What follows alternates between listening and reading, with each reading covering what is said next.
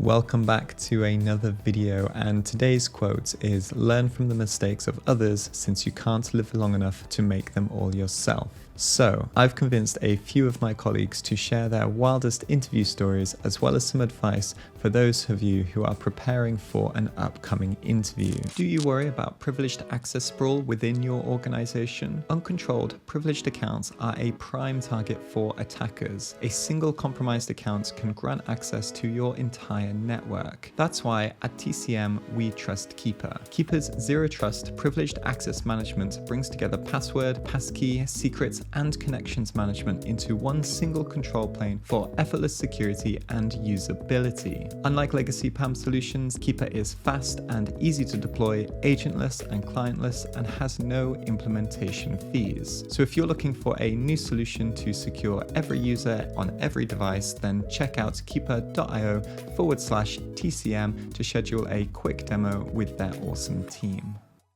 If you like this kind of video, then be sure to let us know down in the comments below, and of course, don't forget to like and subscribe, and let's just dive straight in. All right, so we've got Andrew Prince. Do you want to tell us who you are and what you're all about?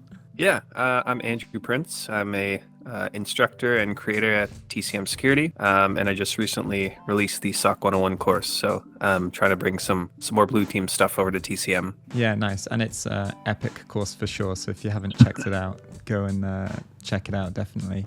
So give us your crazy interview story. Sure. Yeah, I have a few.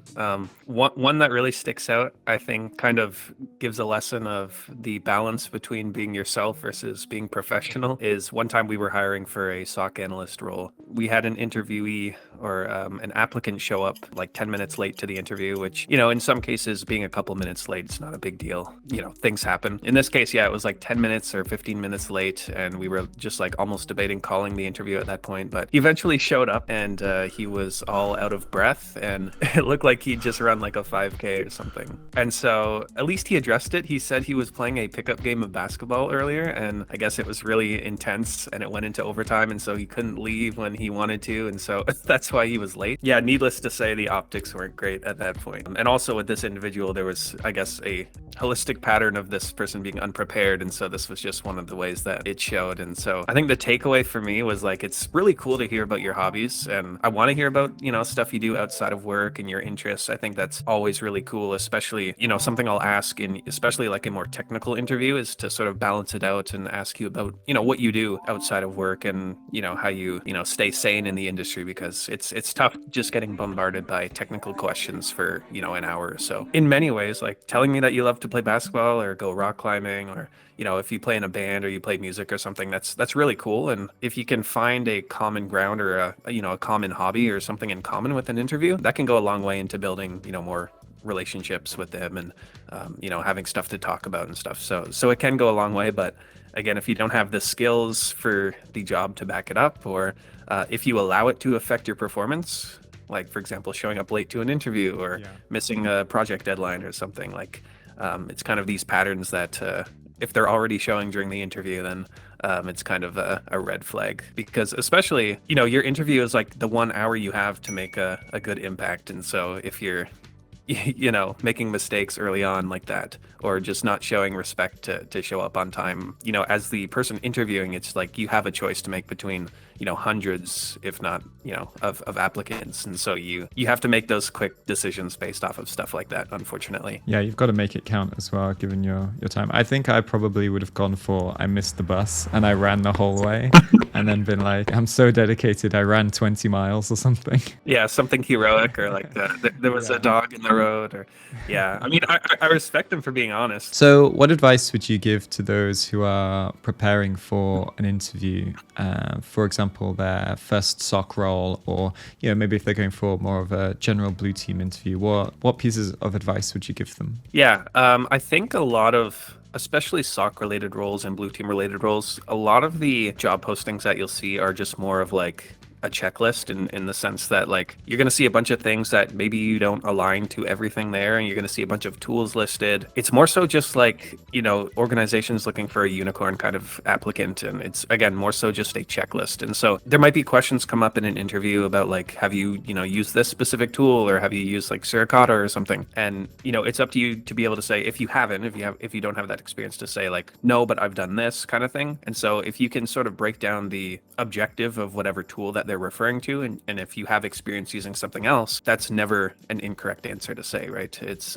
just because you don't have exactly what they're looking for. If you've done something similar, or if you have similar experience with a different tool, it's really important to bring that up and say like, hey, no, but I've used this, and so it's gonna take me 5 minutes to get a hang of whatever tool you're looking for. So I think people get hung up on, I need to learn this tool and this tool before the interview, and it's like, I think you just need to like do a take a step back and sort of do an inventory of your current skills, and often you'll find a lot of what you've done probably aligns with what they're looking for.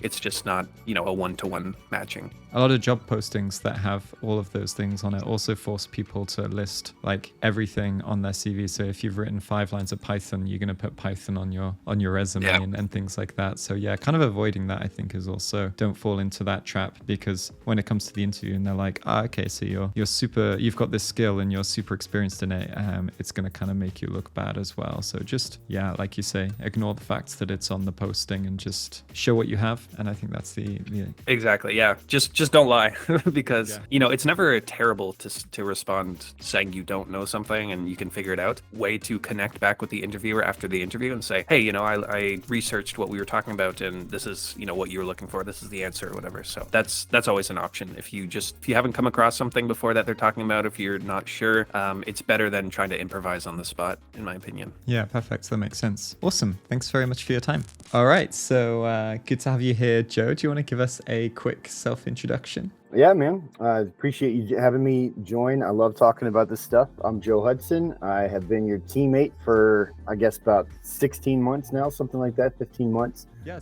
currently the director of growth here. My favorite part of my job is I'm really responsible for talking to everybody that we work with globally. So I get to meet with people all over the world, whether it's through our customer base and clients on the consulting side, or it's in the partnerships that we work with, or it's our program focusing on career improvement. So really get a chance to do that a lot. But previous to this, I spent about 8 years in cyber and IT recruiting. And before that, I spent 9 years in elementary school teaching. And before that, I was just a dumb young guy. So a lot of growing up here over the last 10 years. No, this is perfect, because you've met so many people and you have like your background in recruiting. So I suspect you have a ton of crazy interview stories. So let's give us your craziest how to fail an interview story. Oh, well, I would say I probably have thousands of interviews that I could go back through in the Rolodex. There was one that is not so crazy to believe that it would happen. It's very, very normal, I think, actually, but it involved not telling the truth and burning bridges. I had a guy, for example, who I worked with. He wasn't even in my field that I was usually helping. Like, I was focused more on cybersecurity at the time, and he was kind of just more of an IT focused person. He really hadn't crossed over the line, but he was really looking to get into cybersecurity. Yeah. And I had a local executive leader that I knew. I was willing to ask for a favor, and I wouldn't normally do that, but this guy, I really believed in him. I had helped him for about 4 years at this point on my own, just going through his resumes, always keeping it updated. Every interview he ever had, I was helping him get prepped. I mean, I was meeting with him. I was going above and beyond for this guy, and I stood no opportunity to really make anything from it. And I got him an interview just created out of thin air. He needed to just show up to a local lunch. It was about 5 minutes away, and he didn't get back to me a couple times, and I was like, oh man, what's going on? And then the day of, the guy, the executive's at lunch, and he hits me up and he says, hey, this guy's a no-show. And so I hit the guy up, never heard from him. He's like, I'm really sorry, man, I was in a car accident. And I went, oh my gosh, of course, are you okay?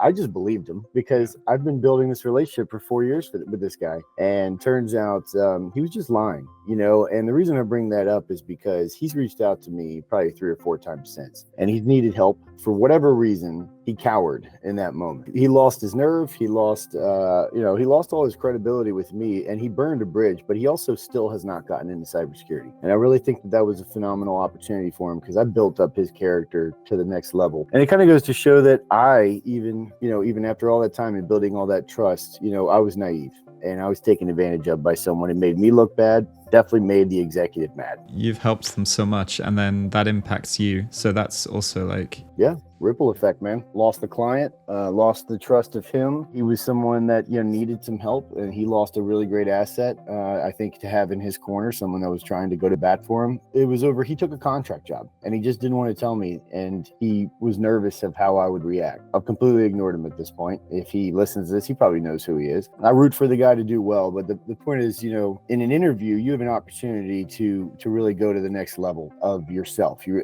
not just challenging yourself, but really bringing in people with you to the experience. If people have invested their time to help you get prepped or to set it up or are planning on showing up, that is a opportunity that could change your life forever. And to just kind of throw it all away and throw 4 years of a relationship building up with me away over a simple little lie because he was nervous to say he took another contract. I know it's not that crazy of a story, but it's very normal. It's a very normal thing to happen. Something like that has happened many times to many of my recruiter friends in the past. And I don't think people quite understand the ripple effect it has. And I've certainly spread the word about that guy to other people where I've said, hey, I know that you guys have reached out to me about him. I couldn't put my name on him anymore. He's not an honest person. So I feel like it's quite an easy thing to justify to yourself, like ghosting a recruiter. You're like, they're just a recruiter. They're not that bad. Mm-hmm. Because, in this case, it's different because you'd built up the relationship. In the end, it's going to bite you. Like, it always comes back around. So, just treat, regardless of who it is, like a human and be like, hey, I can't make it tomorrow or whatever. I've taken this contract. They'll be happy for you. And then you've still got that relationship going forward. So generally speaking, what advice would you give for those who are preparing for an interview and they're committed, they're definitely going to turn up? What would you say the top few things that you think they should do are? I'll go through and maybe give a different scenario briefly for different types of people where they are in their interview kind of mindset or their stages. So we'll talk about someone who's desperate for a job, right? And they think, I got to get this job. Well, the first thing is to not be blinded by that feeling, in my opinion. You still need to look out for red flags. If you need to pay your bills and that's all that matters, and you're willing to take a pretty terrible job for it, by all means, no one's going to tell you that or judge you differently. But there's a lot of people out there that I can tell have been blinded by their sort of self-created desperation, and they have walked into bad situations because they're not asking the questions, they're not looking for the red flags, and they are just trying to get the job because their current situation is so bad. So they don't necessarily prep like they normally would. They don't prep with the mindset of I have to sift through this. And a lot of times being able to challenge a job in an interview is how you set yourself apart. It is how you stand out as someone who is not just sort of receiving questions, answering and regurgitating information. It's like, no, I want to pick this apart because this really matters to me. And I think when you go in with that mentality of I need to determine if this is a good fit for me, you're much more likely to actually perform better in the interview and have general conversations. So that's something that I would recommend. If you're a passive looker, however, I think one of the biggest problems that people have with interviews is not going all in for that interview and being of the mindset of like, no, it's this or bust, like it's do or die. I got to get this job. Like if you can get in the right mentality of every interview is the potential to completely uproot everything and make it better in your life, but you got to figure out if this is a good fit.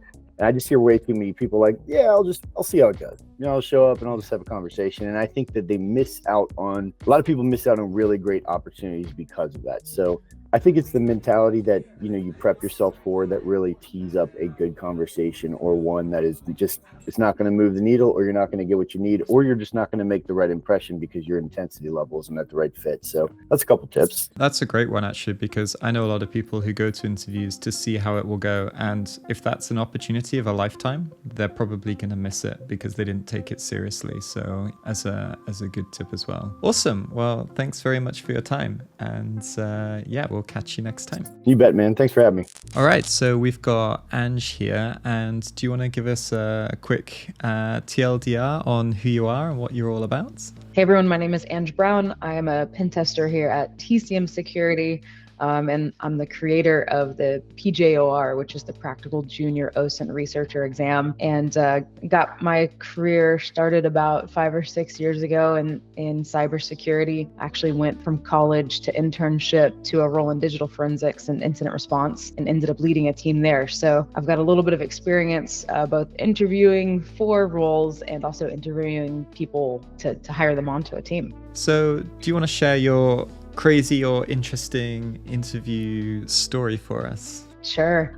So the role that I had in forensics, my team, I only hired people that were first coming into the industry. We were doing cloud forensics and email forensics. And so I think one of the craziest interviews that I've led is actually with an interviewer who, although they had ample time to actually research this role, they had no idea what they were interviewing for. So this person came on, and as we were asking them specific questions about email or Microsoft, which is one of the major platforms that we did forensics on, they weren't able to answer any of the basics, just even the basics stuff. So I think one of the biggest suggestions that I have for individuals is, as you're interviewing for roles and as you're looking at these roles, if you don't know what these job descriptions are calling for, if it's an entry role for sure, at least go out and do some research before the role to try to figure out what you're going to be answering. So it was supposed to be an hour-long interview, and I think we cut it in about 10 minutes just because we just knew kind of immediately. Yeah, so that's a big red flag. Were they just kind of stumbling, trying to make up answers on the spot when it was kind of clear that they weren't really sure? They were trying to make up answers on the spot, which me to you all is also a big no-no. If you don't know an answer, just tell your interviewer. But yeah, I mean, it was pretty obvious after about the second question that it just wasn't a fit. What advice would you give to people who are preparing for an interview, or maybe have got an interview coming up, I don't know, like tomorrow night or something? What would you say? I mean, there's some obvious stuff here, right? So like get really good sleep, don't go overboard, make sure that you eat in the morning, make sure that you kind of keep to your habits. That's maybe the obvious stuff, right? But because I'm big on OSINT, I would definitely go out there and do some pre-OSINT, not just on the job description itself, but the company and the team if you can. Look and see who your teammates might be, look into their backgrounds, the person interviewing you. I don't think that it's weird or anything like that to actually go and check them out on social media and see if there's anything that they're particularly passionate about. There's always a moment in an interview where they ask you if you've got questions. So making sure that you have a really great researched question is one of the big things that I always wanted to see when I was interviewing people. I think about Sean Evans, who does Hot Ones, and how great his interview skills are, right?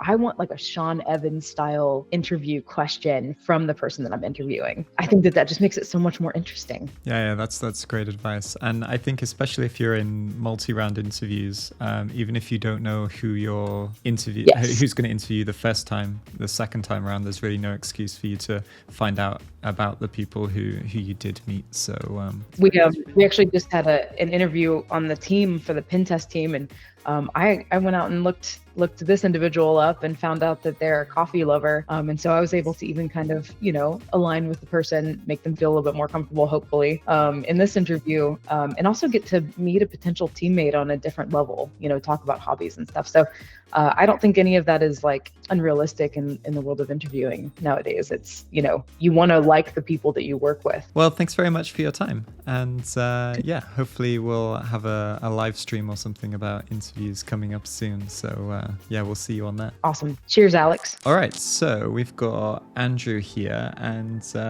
what's up, Andrew? Do you want to give us a quick self-introduction? Hey, yeah, thanks, Alex. So my name is Andrew Bellini. I go by Digital Andrew on most of the social medias, though, and I am a content creator here at TCM Security. So I'm the author of our IoT hacking course and working on some other cool courses like a help desk course right now. So do you want to give us your crazy or interesting interview story to kick us off? Yeah, absolutely. I've got a couple of them. So the first one is I'll just share one that I actually had a very bad interview, or one that I kind of failed and flunked on, and I'll share my experience with that. And then I've got a funny one for you afterwards as well from when I was interviewing someone about 5 years ago or so. Actually, I've told this story before, so I won't go too in depth into it, but I initially got into cybersecurity from Heath Adams, the Cyber Mentors PEH course back before there really was a TCM company or anything. It was just on Udemy, and someone recommended it to me, and I kind of fell in love with the idea of pen testing and cybersecurity through that course. So I decided I'm going to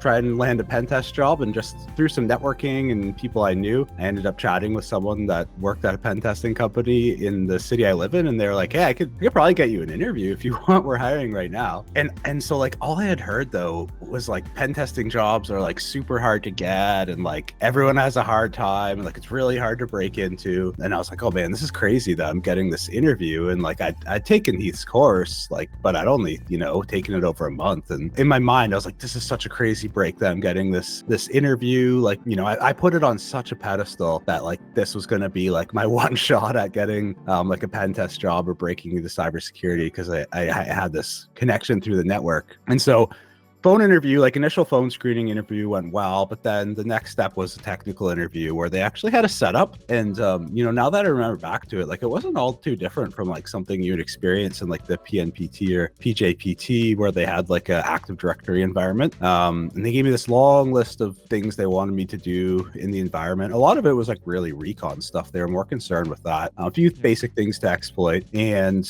everything was like scored already. So it was like really intimidating. And like it was on there. It was like, you need to score 70% or else like no questions asked, you just can't move on. And I was just like so intimidated by like the pedestal that I had put this scenario on, and that it was going to be like my only shot, that I was like so nervous. I'm usually not like this, but I was like shaking hands on the keyboard, and it didn't go well because I was so nervous. And like there's only an hour, and that's not a lot of time. And like if you're really like second guessing yourself and kind of nervous, then like there's no way you could score the points they wanted in an hour, because you basically just need to sit down, run all the commands you need, let them run through, like write up your little report and be done. Yeah, so I ended up not doing great on that interview, and it really bugged me because like I had the document afterwards, like still like they emailed it to me, and like I had in my mind like my mental notes about like the network layout and the devices and stuff. And like after I had calmed down and like just kind of thought about it even for 5 minutes, I was like, oh man, like I could have done that. And like there was so much stuff. Like I remember I did run Responder, and like I got back plain text creds, but I was just so busy, like I didn't even think to like try them anywhere. And it was like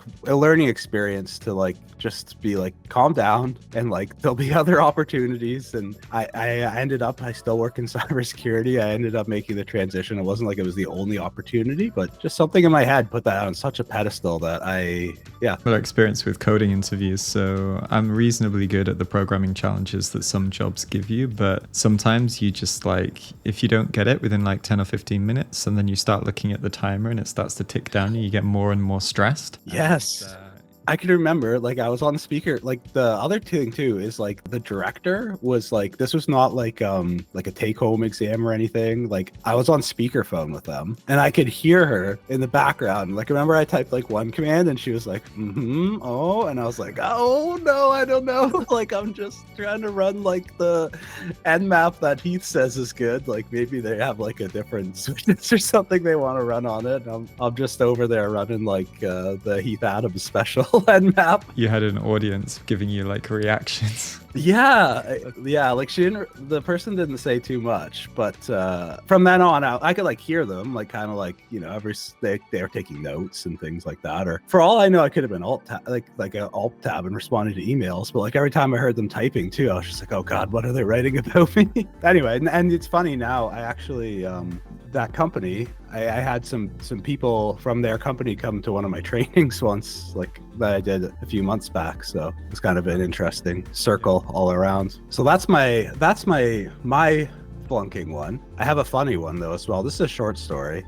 Throughout my career, I have actually done some interviewing when I've been, not the hiring manager, but like in a high senior position in a team or part of the hiring process. And we were doing on one of my teams that I worked on somewhat of a technical interview that required doing a presentation. And one tip I always like to do if I'm doing a presentation or something, especially to a customer or just recording, is I think it's important, and you know this, Alex, to sanitize your desktop and maybe either use a VM, or if you're going to use a browser, like just put it in incognito mode. It's just a good tip to have. And we had someone do a presentation and they needed to use their browser to look something up, and they were not in incognito mode, and they were just on their personal browser, and there was quite a few I won't go over the specifics of them, but not suitable for work things in their search history when they started typing things that everyone noticed. I think they kind of noticed it too live. And honestly, other than that, like a lot of their stuff was pretty good, but we just couldn't really move forward because the role involved like a lot of presenting and being in front of, you know, public audience or sometimes customers. And like that mistake was just like too grave to be like, oh, could we trust them to be in front of a customer? Because really the job interview is like almost like you testing out for the job itself, right? And that would be like such a bad mistake to make in the job. I suppose you could be caught out if you didn't know you had to share, and then suddenly you're like scrambling to share screen and you share something accidentally. I've definitely in the past had like emails with like screenshots and stuff, and then like they've screenshotted both monitors, and then there's been like an Excel file full of passwords and things like that sent to me. And yeah, in an interview, definitely got to be on the ball, got to be careful. What advice would you give to those who are preparing for an interview? Well, if you take from my first story, like one of the things that I learned is, you know, there's going to be lots of opportunities for interviews, and it is tough to do, to not like put it up on that pedestal, especially if it's something like cybersecurity where people are very passionate about it, and this might be like their opportunity or shot to break into it, as people say. But if you can, just keep that in mind, that, you know, there's going to be more opportunities, and if you're working hard and, you know, doing all the right things, then eventually you'll land in the opportunity that's right for you, and you'll probably have a lot more success in your interviews if you kind of go in with that strategy. This is one tip that I give a lot of people, because I've seen this happen in interviews that I've been the interviewer or part of like the hiring panel. And that is, if you do not know the answer to a question, I would much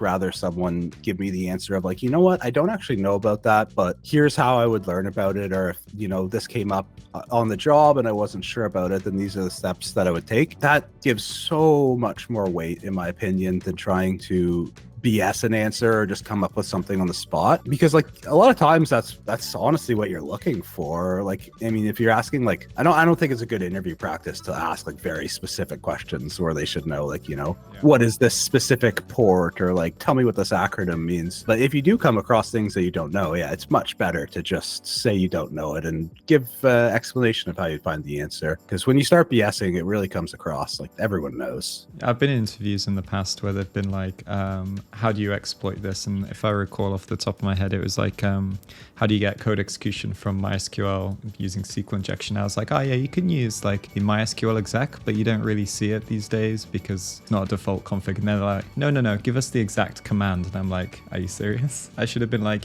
no, you give it to me, tell me. But yeah, you do run into those situations. And I think you're right. It's better just to say, I don't know, but I would, you know, check my notes, or this is how I would. I've had a few interviews where we asked something like just to get an idea of it, and sometimes it's honestly not always even just to be like, you know, this specific thing, but like, you know, could you tell us what you know about this topic? And they'll go down like this long story, and it's like 10 minutes later, which you're kind of like wasting your interview time as well, because realistically that time is like kind of yours.